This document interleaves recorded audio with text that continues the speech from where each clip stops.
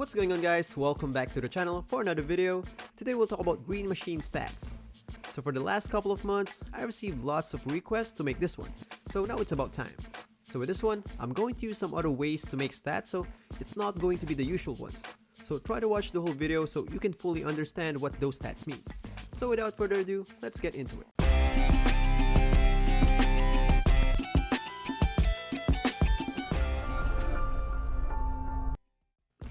So I guess at this point we all know what Green Machine does, so let's skip the boring part and let's proceed to the fun part, the stats. So as I mentioned earlier, we'll use a different way to get these stats, because Green Machine doesn't really work as other badges. So we're not using percentage as a metric this time. So I'll improvise a new metric, and let's call it average consecutive greens after a green shot. It's still possible to do it with percentage, but it'll be so hard and might not be accurate and harder to understand. So I believe this new metric will work better. So how it works is, after a green, I will count how many more consecutive greens will it make until he miss. So for example, I made a green, then after that I made 2 more, then I miss. So that's 2. So that's 1 set already. Then I will restart the game and do it all over again for 100 sets. Then I will get the average.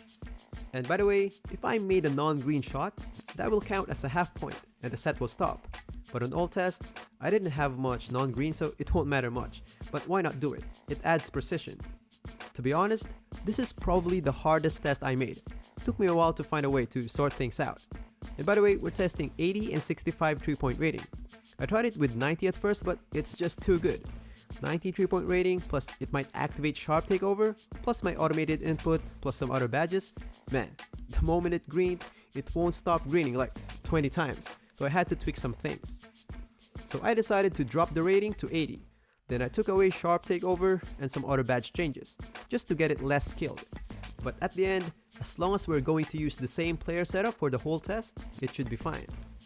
Now, these tests will have some inefficiencies, like we can't be sure that the shots will be exactly at the same angle and distance, and other whatnots.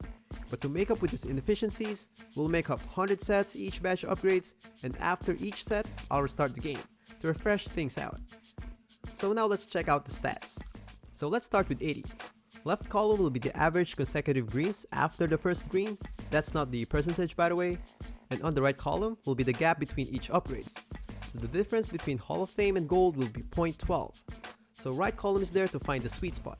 So the notable part here is that as you go higher upgrade, the increment between badge upgrades become less. And it gets really bad on Gold level.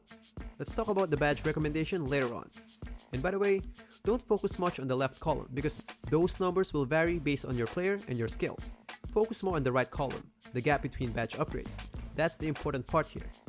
So for 65, the sweet spot will be Gold, but it's not really landslide like the other one. And by the way, ignore Hall of Fame there. I know it's very unlikely to have Hall of Fame where you get 65 3-point, but I'll tell you why I have it there later.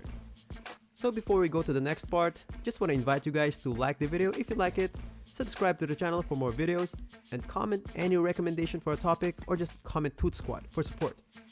And you might see these stats on some other channels, so please support the original creator. Man, stats like these takes days to get and some stress on top of it. And just want to share the site here, NBA 2KW. They offer lots of cool stuff including the My Player Builder, which lets you cross-compare builds before making them. Link will be in the description. So now going back, you might be wondering now if which rating will benefit more with this badge. Is it the higher or the lower?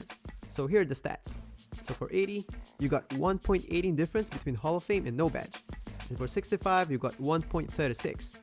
I know 1.55 is really lower compared to 2.83, but for 65 to have better gap between no badge means something.